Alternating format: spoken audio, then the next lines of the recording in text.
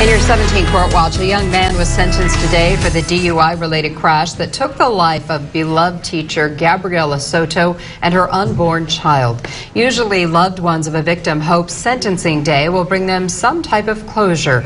But for the loved ones of Soto, it was clear there's no resolution after today. Friends, family, and prosecutors say they are shocked by the sentence given to the convicted DUI driver, who could be out by spring. 17's Olivia LaVoice has more.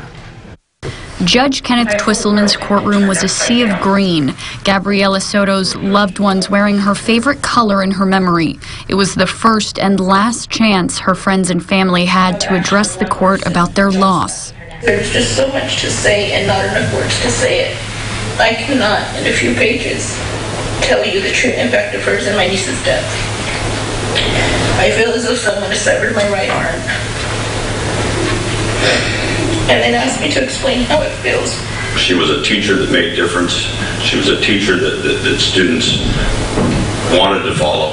You could see her daily, weekly, impacting kids that were troubled in many cases, kids that needed extra love, attention. She was willing to give them that. Gabby Soto was a longtime teacher who left her mark on hundreds of students. She was also mother to 3-year-old Irely.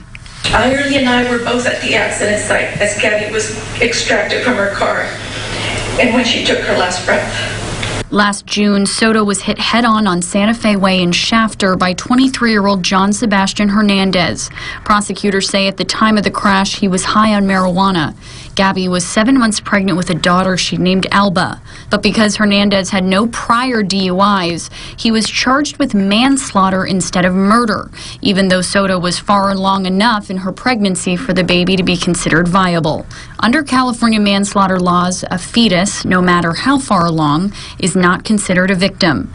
During the trial, prosecutor Kim Richardson wasn't allowed to tell jurors Gabby was pregnant. So today was the only time baby Alba was allowed to be mentioned in court. There was so much hope and love to share with baby Alba. It was very difficult for all of us to put the baby decorations and baby clothes away, knowing there was no baby to celebrate. The minimum Hernandez faced today was no jail time, just probation. The maximum was 4 years behind bars. When Hernandez's defense attorney addressed the court, he asked the judge for probation so Hernandez could go to rehab.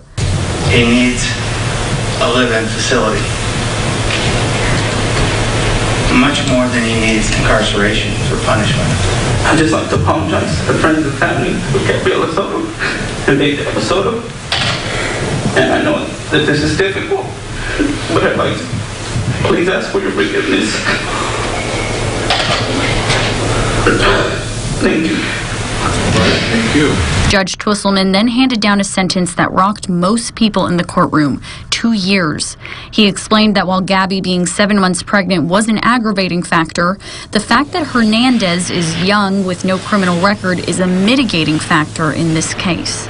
I am not happy with the sentencing today, even though unfortunately the maximum would have been 4 years. I think it's really disappointing that in our state the laws for DUI drivers that kill other people is so lenient, and it needs to be changed. That's the bottom line. With all today's disappointment, family remains focused on Gabby's living child, Irely. He took her mom.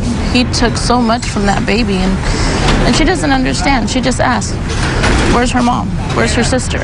You know, what do we tell her? She doesn't understand the concept of death or the concept of heaven. So, I mean, we just tell her, you know, one day you'll see her again. And that's the only thing we can really tell her and the only comfort we can really bring to her and to our family. 17's Olivia LaVoice reporting again. John Hernandez was sentenced to 2 years, but prosecutors say he only has to serve half of that, 1 year. Taking that into account and factoring in good behavior and time served, Hernandez's release date could be in about 4 months.